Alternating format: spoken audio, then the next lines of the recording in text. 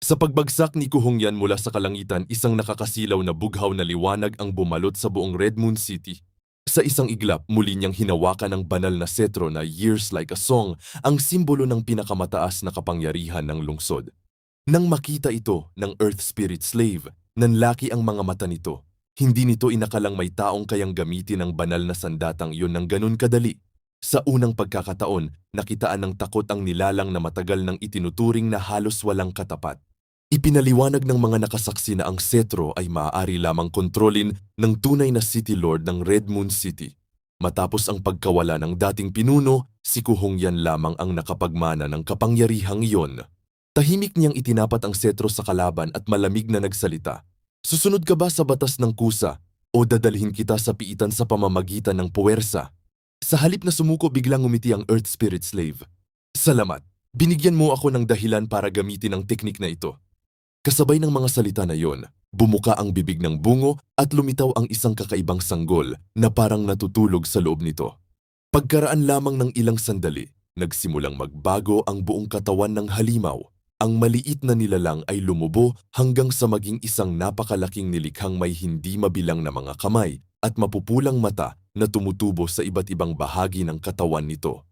Sa bawat pag-ikot ng dambuhalang katawan nito, lalo pang lumalakas ang mapaminsalang enerhiya. Habang nanginginig ang buong Red Moon City, napansin ni Master Yao ang kakatakot na anyo ng halimaw. Hindi niya napigilang magtanong kung ano ang tunay na pinagmulan ng nilalang na yon. Ngunit bago pa man siya masagot, umalingaw-ngaw ang nakakabinging halakhak ng Earth Spirit Slave. Hahaha! Ang lahat ng kaluluwang nawala ngayon bilang handog sa Ghost King. Babawin ko silang lahat mula sa Red Moon City. Ipinaliwanag ni Master Yao na ang teknik na yon ay tinatawag na Ghost Stupa, isang ipinagbabawal na banal na sining ng mga higanting espiritu. Sa pamamagitan ng paghahandog ng 10,000 kaluluwa, nabuksa ang daan upang bumaba ang Ghost King sa mortal na mundo. Isa itong kapangyarihang may hahalintulad sa pagdating ng isang Diyos ng kamatayan. Sa utos ng Earth Spirit Slave, agad na sumugod ang Ghost Stupa upang lamunin si Kuhongyan. Ngunit sa mismong sandaling dumamba ang dambuhalang nilalang, isang malamig na guhit ng bughaw na liwanag ang humati sa kalangitan.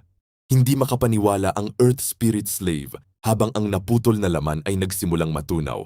Mula rito ay nagsilabasan ang libu-libong mapupulang espiritu, mga kaluluwang matagal nang ikinulong at pinagsama-sama upang mabuo ang halimaw. Tahimik lamang na tumingin si Kuhongyan sa mga nagliliparang kaluluwa. Agad niyang naunawaan ang lihim ng Ghost Stupa. Hindi ito simpleng halimaw. Isa itong kasuklam-suklam na nilikhang pinagsama mula sa 10,000 buhay. Gayunpaman, ang kamalayan ng mga kaluluwang iyon ay hindi nawawala. Patuloy silang sumisigaw sa loob ng katawan ng halimaw, dahilan ng nakakabinging alingaw-ngaw na naririnig mula nang ito'y lumitaw. Ngunit ngumisi lamang ang Earth Spirit Slave. Mabuti maya-maya lang magiging isa ka rin sa kanila, hahaha! Hindi man lang natinag si Kuhongyan. Tahimik niyang iniikot ang banal na setrong Years Like a Song habang nagsimulang umawit ang sinaunang kapangyarihan ng Red Moon City. Unti-unting niyang binigkas ang sinaunang espada at awit ng Dao. Hinahawi ko ang gintong ulap habang ang isip ay tumatahak laban sa mga demonyo. Dumadaloy ang mga ulap at tubig, nagiging mga alon ng kalangitan. Habang umaalingaw-ngaw ang sinaunang awit, unti-unting isinara ni Li Yunxiao ang kanyang mga mata. Hinahawi ang libu-libong hukbo na parang umaagos na ilog. Dinadala ko sa aking dibdib ang kawalan ng lahat ng sansinukob upang awitin ang himig na maririnig magpakailanman. Sa isang malamig na tingin, tuluyang pinakawalan ni Kuhongyan ang tunay na kapangyarihan ng teknik. Isang espadang libu-libong taon, soul-soothing song. Sa isang iglap, isang puting sinag ng espada ang tumagos sa dambuhalang Ghost Stupa. Hindi ito simpleng pag-atake. Dumiritso ang banal na kapangyarihan sa pinakapuso ng halimaw kung saan nakakulong ang napakaraming inosenteng kaluluwa. Kasabay ng nakakabinging dagundong, nagsimulang mabiyak ang katawan ng Ghost Stupa mula ulo hanggang dibdib. Ang bawat hiwa ay nagpakawala ng nakakasilaw na liwanag na tila sumusunog sa masamang espiritu habang pinalalaya ang mga inosenteng kaluluwang matagal nang nagdurusa. Ngunit ang sumunod na tanawin ay lalong nakagugulat. Biglang nagbago ang paligid. Ang madilim na kalangitan ay napalitan ng isang tahimik na dagat na kumikislap sa ilalim ng mga bituin. Sa ibabaw ng tubig ay lumulutang ang isang ginintuang parol. Isa-isang lumitaw ang mga kaluluwang matagal nang nakakulong sa ghost stupa. Hindi na sila mukhang mababangis na espiritu. Ang kanilang mga muka ay napuno ng kapayapaan habang marahang lumalapit sa mga ginituang ilaw. Mula sa isa ay naging 10. Mula sa 10 ay naging daan-daan. Hanggang sa libu-libong parol ang sabay-sabay na umangat sa kalangitan na parang isang ilog ng mga bituin na nagbibigay liwanag sa buong Red Moon City. Tahimik na sinabi ni Kuhong yan. Sa pamamagitan ng soul-soothing song, ang lahat ng mga api at nakakulong na espiritu ay magagabayan patungo sa kabilang pampang ng 6 na landas, tungo sa hindi kilalang kahariang langit. Narinig ng mga tao sa ibaba ang mahiwagang awit. Isa-isa silang lumuhod at nagdasal habang pinagmamasdan ang libu-libong parol na nagdadala sa mga kaluluwa patungo sa kanilang huling hantungan. Samantala, ang mga bahagi ng ghost stupa na tinamaan ng banal na espada ay nagsimulang matunaw. Ang napakalaking katawan nito ay unti-unting nawalan ng lakas habang ang mga masasamang enerhiyang bumubuo rito ay naglalaho kasama ang bawat kaluluwang napapalaya. Sa himpapawid, kitang-kita ng lahat na ang dating nakakatakot na halimaw ay nagsisimula ng bumagsak, habang ang liwanag ng soul-soothing song ay patuloy na naglilinis sa buong kalangitan ng Red Moon City. Nang tuluyang maglaho ang liwanag ng soul-soothing song, nabalot na katahimikan ang buong Red Moon City, maging ang mga makapangyarihang eksperto ay natigilan sa kanilang nasaksihan. Ang matandang eksperto ay napabuntong hininga habang nakatingala sa kalangitan. Hindi ko nakikita ang mga sinaunang nauna sa akin ni ang mga darating pa. Walang hanggan ang langit at lupa at ang libu-libong taon ay isa lamang awit. Hindi siya makapaniwala sa kapangyarihang ipinakita ni Kuhong yan. Ang isang ataking yon, ang soul-soothing song, ay hindi na may tuturing na ordinaryong sword technique. Ang lakas nito ay maihahambing na sa isang tunay na martial sovereign. Nalampasan nito ang hindi mabilang na mga henyo at umabot sa sukdulan ng buong Tianwu continent. Kasabay nito, ang natitirang pinuno ng ghost sect ay nagsimulang manginig. Ang kanilang dating matapang na anyo ay napalitan ng takot habang nakikita nilang tuluyan nang naglalaho ang ghost stupa.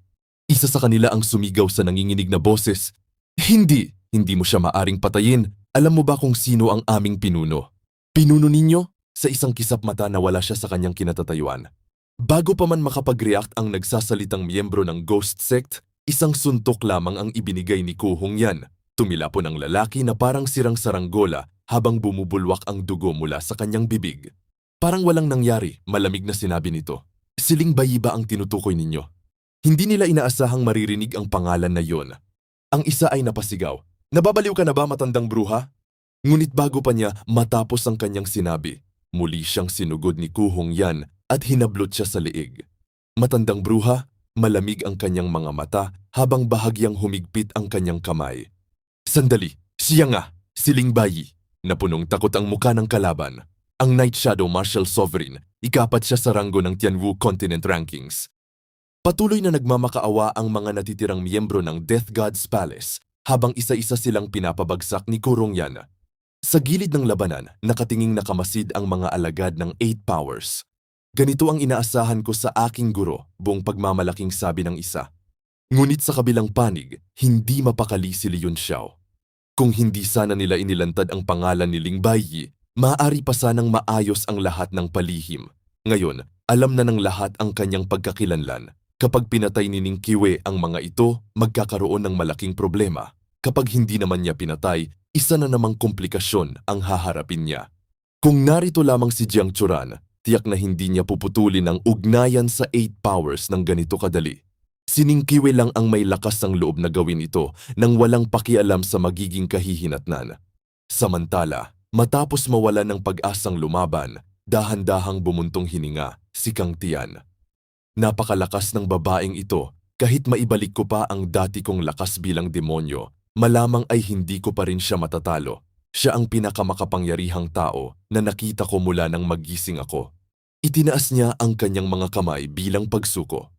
Umaamin kami sa aming pagkatalo, gawin mo ang anumang nararapat. Malamig na tumango si Ning Qiwei, dalhin ang 5 ito sa piitan ng Red Moon City. Hatulan sila ayon sa batas, ang mga dapat mamatay. Patayin, masusunod, sabay-sabay na tugon ng mga tauhan. Pagkatapos ay binaling ni Ning Qiwei ang kanyang tingin kay Kang Tian. Master Kang Tian, hindi ba't kanina lamang ay sinabi mong gusto mong isama ang munting kaibigan ko sa Deep North Mysterious Palace? Halika rito at ipaliwanag mo sa akin ng detalyado. Napakalayo mo para mag-usap tayo ng maayos. Napangiti si Kang Tian at magalang na yumuko. Haha, mukhang nagkaroon lamang ng hindi pagkakaunawaan. Hindi ko alam kung saan natutuhan ni Li Yunxiao ang paraan upang mabuksan ang mga lihim ng aming Deep North Mysterious Palace. Ang nais ko lamang ay anyayahan siyang bumisita ron, uminom ng alak, magbahagi na ng kaalaman sa martial arts at sabay na umunlad. Lumingon si Ning Qiwei kay Li Yunxiao. Gusto mo bang sumama? Mabilis na umiling si Li Yunxiao. Hinding-hindi, napakabangis ni Elder Kang Tian. Sigurado akong papatayin niya ako. Agad natawa si Kang Tian. Paano mangyayari iyon? Ang pinakahinahangaan ko ay ang mga batang henyo sa martial arts. Sa presensya ko, walang sinuman sa Deep North Mysterious Palace ang mga ngahas na saktan ka. Ngunit siyempre, nasa iyo ang desisyon. Walang sinuman ang maaring pilitin ka. Napatawa si Li Yunxiao nang maalala ang pagbabanta ni Kang Tian noon. Kung ganun, bakit sinabi mong hihintayin mo ako sa loob ng Red Moon City at hahamunin mo akong huwag nang lumabas habang buhay kung may lakas ako? Saglit na natigilan ang matandang eksperto bago pilit na tumawa.